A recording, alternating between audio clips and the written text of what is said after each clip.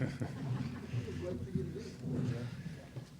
right, good to see everybody this afternoon. Thank you for being here on this very, very special day at the University of Oklahoma. We are joined by new head football coach Brent Venables and vice president and athletics director Joe Castiglione. So we will begin with some very brief opening remarks, and then we'll get to questions. Coach Venables has to hit the recruiting trail. We're going to be limited to approximately 30 minutes. We'll get to as many people as we can. Coach? Well, we already did an audible, so we figured I'll go quickly. First of all, thank you all for being here, and just appreciate everybody's patience. It's been a quick week, but one that why is everybody raising their hand? They're looking at me. I'm sorry? Just letting me know that. I was about to call on you all. I'm a professor. Someone raise their hand in the classroom, I'm calling on you. Okay. I didn't get that signal, so sorry. But in any event, we're obviously thrilled to be here today with our new head football coach, Brent Venables. I want to take time to thank quite a few, not going to name them, but quite a few people that are part of processes. These processes are complicated, and at the time you're trying to move it forward very, very quickly, thoroughly, comprehensively, to try to make sure we get our decisions right and based on the right things. And so I, just by generalization, thank everybody that was part of that. And secondly, I want to thank Coach Stoops. We were here just a week ago and discussing our interim transition. He's been incredible, as he always has been. He stepped up, stepped forward, leaned in, and has really helped bring everybody together during what has been a tough week for a lot of people. And yet people have come together just like we always do here at the OU family. So thank you to Coach Stoops. And as you know, he'll be inducted into the College Football Hall of Fame tomorrow night. So with that, I'll answer questions later, but right now I'd like to turn it over to the person that is, it's still probably going to be real special every time we say this, sinking in, the head football coach at the University of Oklahoma, Brent Venables. Thanks, Joe. It's great to be here today. Thank you again all for coming. It's kind of surreal for me to look around and see so many familiar faces and see a bunch of friends out here, and just an amazing journey here these last few days. Again, as I said earlier, if you would have asked me, 10 years ago, as I walked out of my office for the last time, and if I thought I'd be here 10 years later as the head football coach, I would have told you you need to check yourself and do a mental institution. And the biggest reason is this is Oklahoma, and Oklahoma is a special place, and there's a lot of incredible coaches out there, and that's where I have as much respect for the coaching profession. A lot of options, lots of choices, and so again, just grateful to be here. Really looking forward to the opportunities. The number one thing for me and my family as I looked at this opportunity was the leadership here. And people in the profession know Joe Castiglione, Joe Harris, the Board of Regents, the leadership in this university. It's first of all, it's first class, and secondly, they're about their business. They know what they're doing. They're very professional in everything that they do. The alignment is very real. It's very tangible. The direction, the focus, and the commitment is second to none. They don't take a backseat to anybody. And so as a football coach, that's what you're always looking for. If you're going to align yourself as a head football coach, you need to make sure that everything's in place from a resource standpoint, from a commitment standpoint, from a leadership standpoint. And so Oklahoma, again, has that reputation. And being behind the scenes from that standpoint, can verify that. Again, take a backseat to nobody. So to partner with this leadership was a no-brainer for me. To have the opportunity to be the next football coach at Oklahoma something that you have to look at, that you can't turn down. And I've been very patient my career. I'm a very faith-driven decision maker. And when this call came, however long ago it was, you lose sense of days, as you all know, in this process.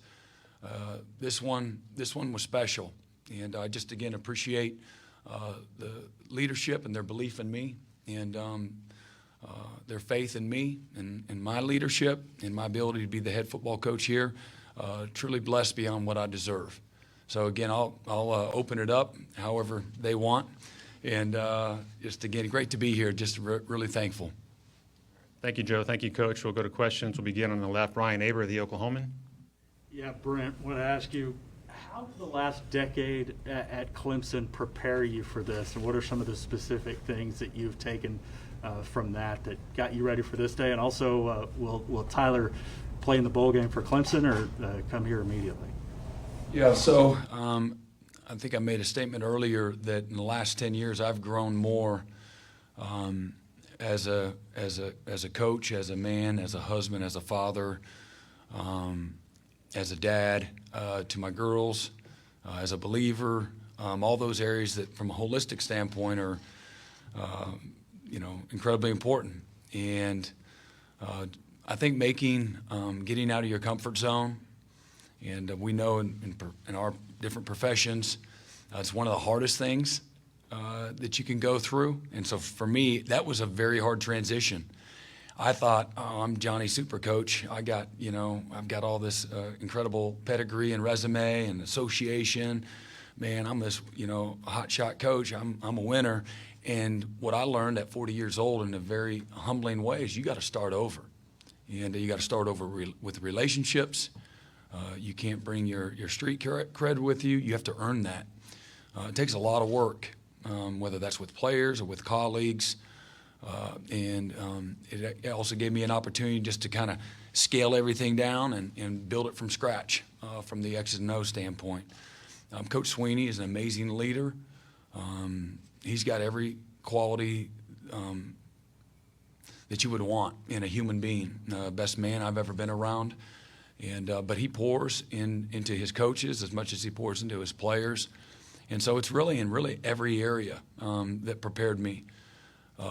Obviously, he equipped me and empowered me and allowed me to do the things within the confines of his vision to be a leader and inspire and challenge and to grow and to compete. And so again, you just go down that checklist of all the areas that I've grown. Just a lot of wisdom. And again, I think the biggest thing is just when you leave and get away from home, and you've got to really find yourself. And so that's what it really allowed me to do. And then he coaches coaches as well as anybody that I've been around. Yeah, so I would believe he would, right now his intention is to stay there and play in the bowl game. Yep, you bet. We'll stay in front. Eric Bailey, Tulsa World. Welcome back to Norman. I wanted to ask you, I got a question for Joe too, but I want to ask you, you talk about recruiting. How important is it to really keep a good relationship with Caleb Williams? Have you had a chance to talk to him about staying here at Oklahoma? I know there's a lot of, with the portal, a lot of things can happen with the coaching change. And then for Joe, the hire came 7 days after you got the news. And if Brent was he an early target? And why did it take so long, I guess? Was it someone you could have named earlier in the week? So I have spoken to Caleb, reached out to him and his father yesterday, and connect with his father here later. Whether it's Caleb or anybody else, everybody talks about recruiting and go and get the next class and the next class after that even. There's nobody that's more important to recruit than your players every day. And you do that with relationships. You do that with connectivity. You got to, again, reach them the right way and always be, on guard, if you will, with, again, the ability that we as adults, we've laid out there. There's no reason for pause. And we've all been 17, 18, 19-year-old young people. There's a reason that insurance for a 17-year-old is a lot more expensive than it is 24-year-old. It's called judgment. And so, again, there's no reason to pause. And, so the portal's a very real thing, with all of your players. But that I've always believed in continuing to nurture your relationships. Don't get so caught up in the recruiting that you lose sight of what's most important, what's in your locker room, because that's the lifeblood of your program. So, Eric, Coach was my first call, but I think, and he would agree, I owe it to the University of Oklahoma and to him and his candidacy to have a process. And a process is all-encompassing, and there are many facets of it. And, in the end, regardless of what decision we make, it fortifies, it validates, it clarifies everything about what is needed in leadership, alignment, commitment, structure, support, and how we're going to go about doing this together, because that's what it's all about at the University of Oklahoma. So I know sometimes people think, well, there's that person, they're right there. Why don't you just go hire them? Well, sometimes and occasionally there may be a reason why you just do it instantaneously, because you've been with them and watched them, and it just, in that situation, it might have made sense. But that doesn't mean it makes sense in every situation. And I think in this case, the process itself was important. And we moved it quickly. And the other part is, we weren't just dealing with the process of hiring a coach. Obviously, we didn't expect to be in a coaching search a week ago. And we had to deal with all the other, I guess you could say, connectivity to what that change meant. Players, coaching staff, university, fans, everybody had a reaction to it. And we're managing that. At the same time, we're trying to put the focus on the coaching search. So the process, in this case, you really have to follow it, and it really makes the decision you make so much stronger. Okay, far left, Jason Kersey with The Athletic. Brent, have you started to figure out how you're going to put your staff together? Will you be retaining any of the current assistant coaches? Obviously, you prepare yourself for a long time, way before. Every battle's won before it's fought. That same kind of mindset when it comes to staffing, and we're working through that right now. And the same with our current staff. There's some terrific options right here at home, and we're looking at everything. But obviously, we want to do it sooner rather than later, and so we're working aggressively on both fronts. Are you going to hire a defensive coordinator, or will you call plays defensively? Yeah, my intention is to hire a defensive coordinator. Okay, let's go to Bob Prisbillo, Sooner Scoop. Yeah, Brent, you talk about recruiting, it's a week and a half before early signing period. How do you go into the homes now of these kids that maybe don't know you and try to earn their trust and try to sell them that you're going to be there for the long haul? Yeah, well, I have a career, almost 30 years of being loyal. Just look at my career, and if I've been something, I've been loyal, and so I haven't been a coach that's jumped all over, taking this job, take this job, to take this job. So I think that speaks for itself. Again, it's not an easy thing to sell, but I do think that they chose Oklahoma for a reason, and we always challenge recruits to take the recruiting coach out of it, and just what a wonderful place it is to chase your dreams, to get a great quality education, to develop holistically, and so there's many. It's much more than just one person. I recognize that being the head coach is very important place in all of that, and but again, if they're looking for me, for example, if they're looking for a program with stability, a program of success, this is a program, first of all, that's displayed that on its own, and then my career has been exactly that as well. So on the biggest stages in the biggest games, and have that kind of experience to sell. Jenny Carlson, the Oklahoman. How are you? Good. How are you? Good, good. Hey, so this morning you wake up in Norman, Oklahoma, a place that you woke up a lot of mornings before, but what was that like to come to this place a place you've come to so many times as the head coach this morning? It was really indescribable. It really was last night. Julie and Jake and T-Bone and the girls, they don't remember anything, but it was so cool. And so it's like, hey, you guys want to go over to the stadium? We're like, yeah, let's go check it out.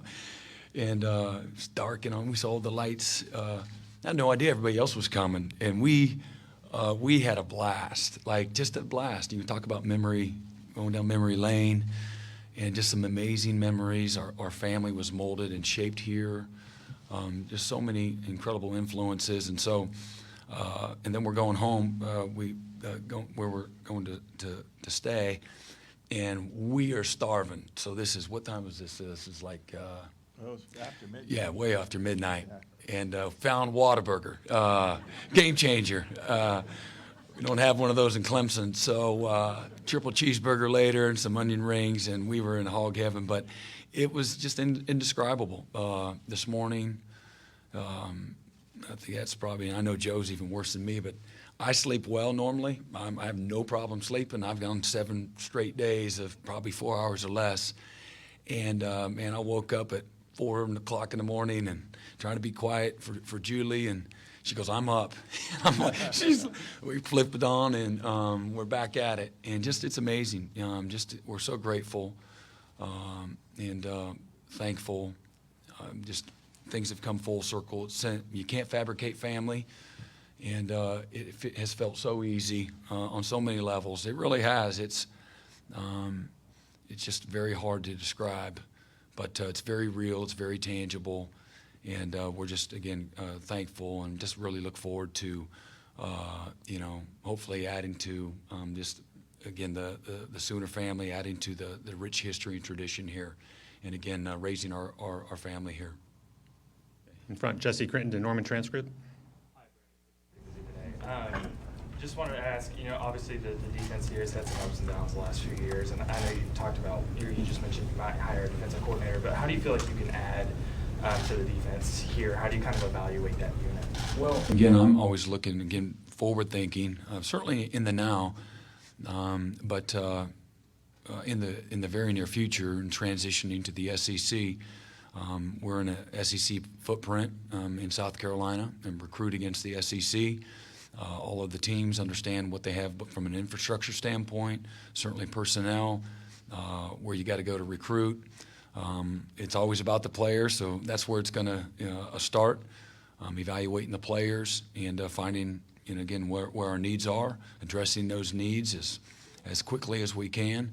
And then, again, building a foundation for them, both from a philosophy standpoint, structure standpoint, and then the development that goes with that. And that's not an overnight thing, as we all know, but, that's all the things that I've said already in regards to philosophy and structure, alignments.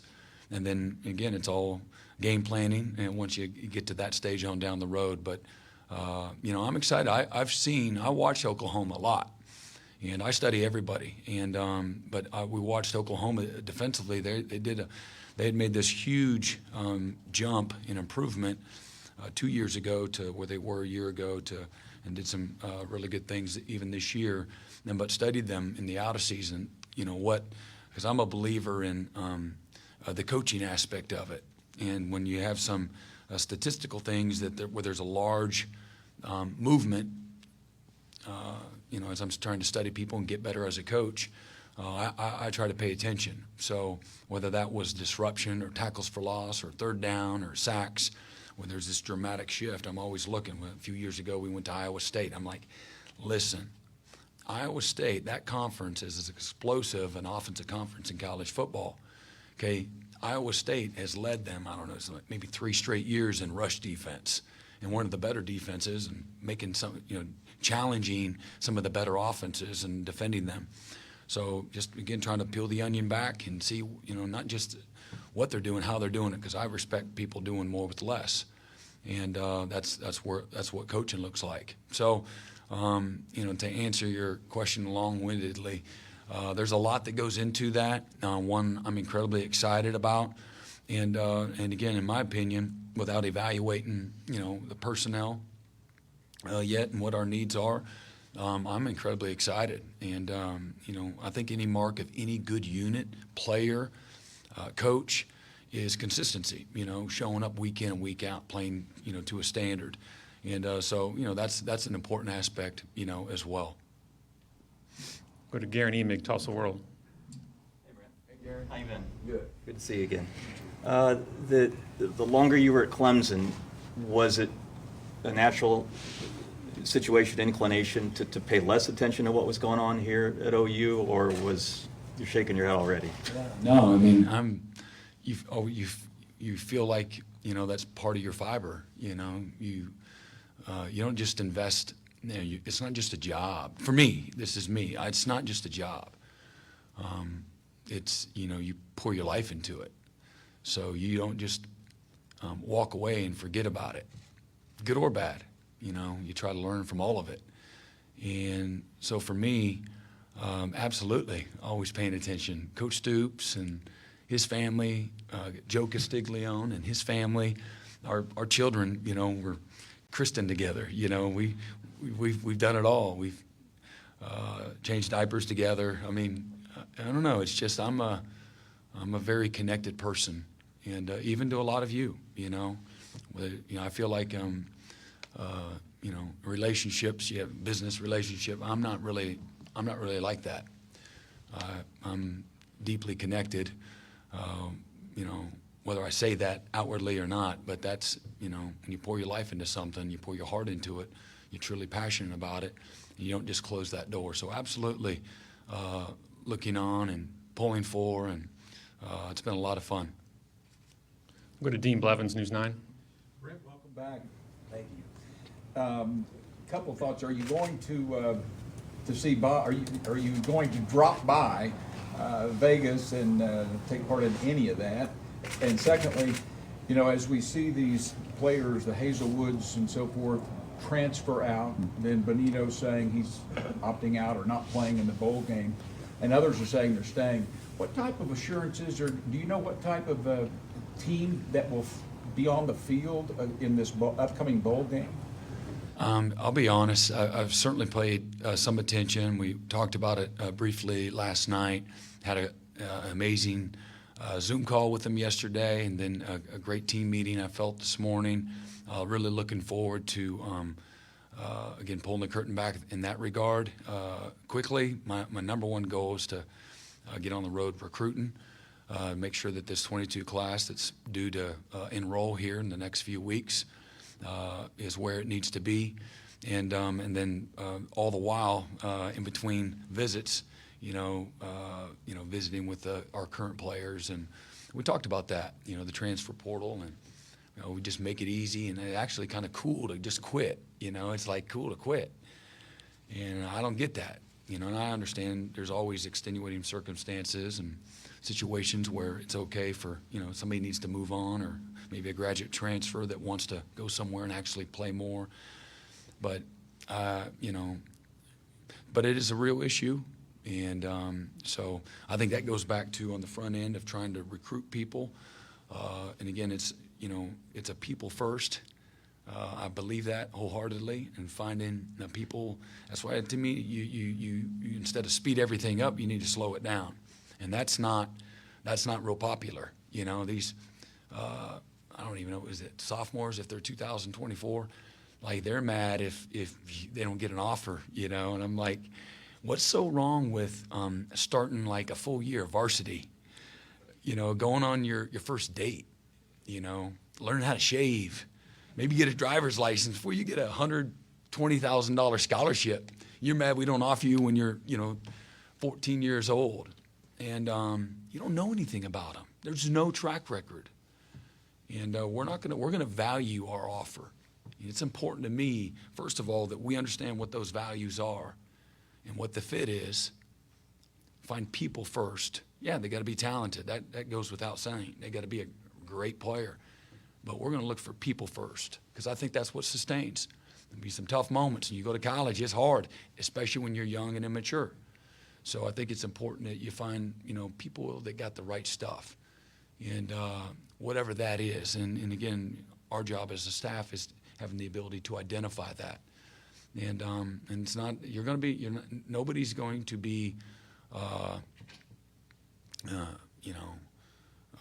nobody's going to protect themselves wholeheartedly where you're not going to lose anybody.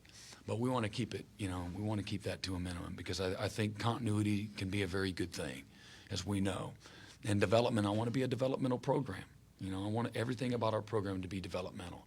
That doesn't mean the guy don't play till he's older. It just means it's a developmental program. Football's a developmental game. The more you play, the more you practice, the better you get. There's a reason why that 4th and 5th year player, I had a couple of 6-year guys this year, amazing players. They just play way up here. They fly up here where the Gulf Stream does, They're not down here with the King Airs. They're up there, that Gulf Stream. And sometimes those young guys, they can get up there, but they're down here, and they're up here, and they're down there. And that's how they think as well. So, again, I think it's important that we're patient. We find the right fit in regards to the recruiting process. Be aggressive when you need to. You know it when you see it. You know it when you don't. And then, again, I think you got to continue to always – you can't you spend all this time. You spend a year recruiting some of these guys, and then all of a sudden you get them, and then you're on to the next, and then you lose your way with the players that are in your locker room. And I think managing that is very important. I think it's important. It's my responsibility that I continually remind our staff when we get everybody in place that there's nothing that's more important than those guys in that locker room, period. And that other stuff can wait, and that has its urgency as well. But I think when you get that locker room right, everything else will work accordingly. Let's go to Cliff Brunt, AP. Over here. Take the OU part out of it. What is it about you at this time in your life that makes it the right time to make this jump? I don't think I can take the OU out of it. I'll be honest. I mean, that's what was in it for me. Having numerous opportunities throughout my career. Listen, I'm a simple guy. I value some things that maybe other people don't. Maybe more so. I value relationships. I value people. I value quality of life. And I value simplicity. Just because you become the head coach doesn't mean you can't keep things simple.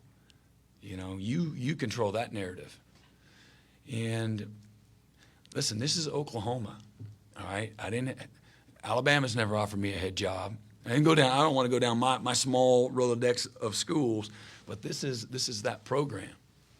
And so it's I feel like I've had 27 plus years of interview and preparation. I've been exposed to 3 college football Hall of Fame coaches. Coach Sweeney will be next. And what they've been able to pour into me, I've always been a sponge. I'm taking it all in. So I've led my group, my position group. I've led defenses. I've been in front of the team plenty. It's something that's easy for me. It's something I love to do. I'm just passionate about people, and I am passionate about winning. I'm passionate about winning the right way, and never compromising, those values.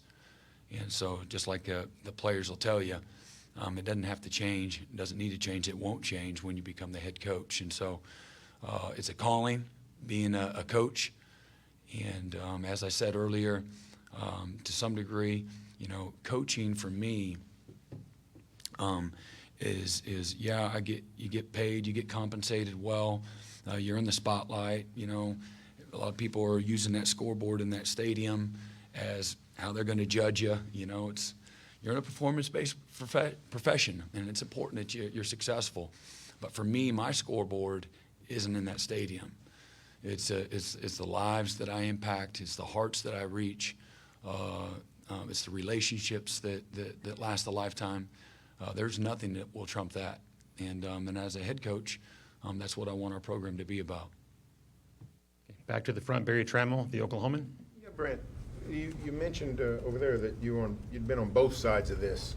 I don't know, did you mean that you thought you might get a job and didn't get it, or how close have you come to taking the jump to head coach, or is this the first one that was ever really serious?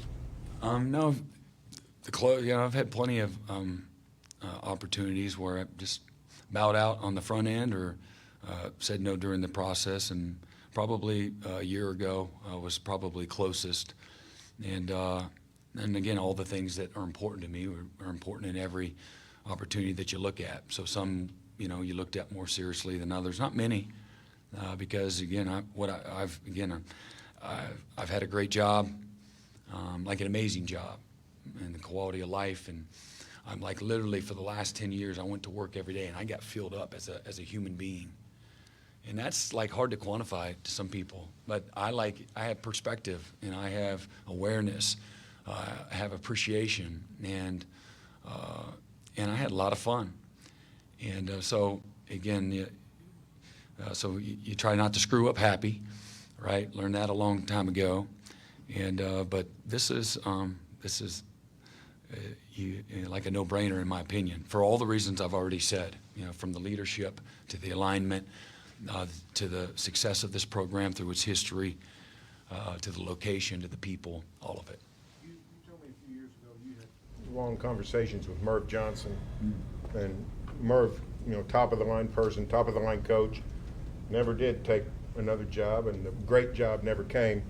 Did you ever worry that, or maybe not worry, but did you ever think it's not coming? I think that's important. You said, worry or not. Yeah, I didn't worry. Mindful, yes, and reflective on what if, or what would that look like, or what would it look like if I didn't, that as well. And really my family are the ones, I was like always afraid that I would get so ingrained in my job, I might have to, miss softball practice, or, taking the girls to school in the morning, or missing a weekend tournament. Like I have so much fun. That's what living is all about.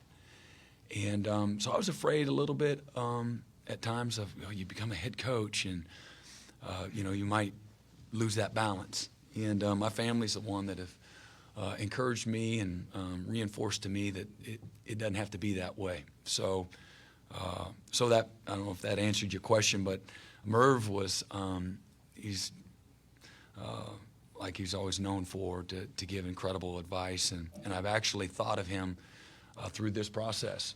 And but thankful for, his mentorship. Okay, we've got more questions than we're going to have time for, so I apologize. We can get a couple more in.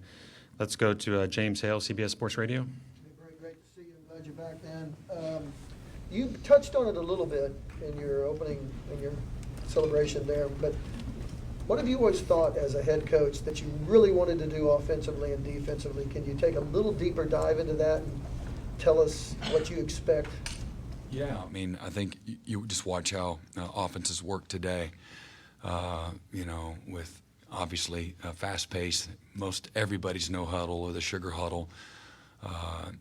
Just being aggressive, aggressive and physical and everything. Just because you spread out doesn't mean you have to lose a physical element. And I think it's important, more important than anything else, that you maintain, establish, nourish, enhance, improve, have a standard of physicality that goes with whatever scheme that you're implementing. But I think it needs to be diverse. I think I love game planning. I love coaching week to week, tweaking and fitting schemes and based on the matchups and things of that nature. But I think it's important that you understand your what you have at your disposal in regards to playmakers, and you're going to ride the things that are your strength. You're going to protect the weaknesses. But I believe you got to throw the ball in this day and age, without question. I think that's never changed, but you got to be aggressive in the things that you're doing, and multiple, very diverse in your presentation, and then make the defense move and adjust and be right on the field. And then again, I think that you got to be known for something. And so I think having a strong identity that has shown that it's stood the test of time is important as well. On defense, again, believe that it all starts again up front, and that you got to recruit great players there and then develop them. Length and speed, guys that have position flexibility, is ideal. That helps create additional depth. The way offenses operate, you like to be able to, from a package standpoint, not have to get in and out of sub-packages. You want to do it when you want to do it, not when somebody forces you to do it. And so you want to be able to play with the same personnel as much as you can. But again, have flexibility. You want people to feel like they're seeing a lot, but keeping it simple. And but I'm fundamentalists on both sides of the ball. I'm not trying to out-trick when it's all said and done. I love deception on both sides. But at the end of the day, it comes down to fundamentals and physicality and guys who's playing with uncommon effort. And I think those got to be non-negotiables. Okay, our last two will go to John Hoover, SI Sooners, and then Kerry Murdoch. John? Brent, congrats, welcome back, man. When you think about the influences you've had in your career, you've named them, you've talked about them, but I just wonder if you could pick one or two things from Bill Snyder, from Bob Stoops, from Dabo Swinney, three different coaches, three different coaching styles, guys that influence you heavily. What are you going to bring to Oklahoma using those? Yeah, I would say Bill Snyder, organization and details, thoroughness, the what-ifs. Bob Stoops, very aggressive, go for broke, confident mentality. And Dabo Swinney, how to love. And loving the staff, loving the players, showing a genuine appreciation for everyone. Yep. Kerry Murdoch, WWLS. Hey, Brent. Welcome back. You've talked a little bit about it today, the T-shirts that the team wore today. You've won, 2 championships since you've left here. How much of a difficult balance is individual achievement versus team achievement in college football now? And is that one of the bigger battles that you fight? Yeah. And again, I think it goes. That's a great question, and a critical, hard to gauge.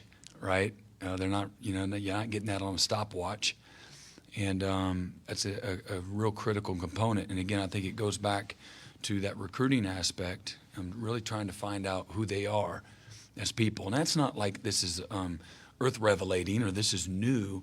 But I think the way the landscape of recruiting in college football is a sooner rather than later mindset. And really the freshman or the sophomore doesn't really understand what the scholarship is. They just want to know they got street cred with you, that you like them. That's what an offer is. And so to me, that's devaluing the offer. And so again, I think it comes to go back to that, having value on your offer, what it really means. When you put your name on it as a program and an organization, then you're saying this guy's got it, all of it. Doesn't mean you're never going to make mistakes or misevaluate somebody, but if they don't have the character component, if they don't have the team first component, if they don't have the mature component, all those things. You keep going down that list of the intangibles. Then we need to move on, despite what everybody else is doing. So it's easy in this profession, in the recruiting world, to just to offer, and that's not who we're going to be. And that when we offer someone, we've actually seen an academic transcript. They've actually played a couple of years of high school football, varsity football. They possess the intrinsic qualities that we're looking for that fit our culture and our values. And if it's somebody that's not a team guy, no matter what his talent, then that's not us. We're moving on. You don't need that. You recruit your problems. And so again, just empowering our coaches in their evaluation process. It's more whoa than go, and that's not the nature of college recruiting right now.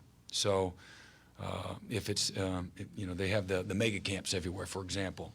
You're not going to see the Oklahoma, not as long as I'm here, the Oklahoma logo at the mega camps.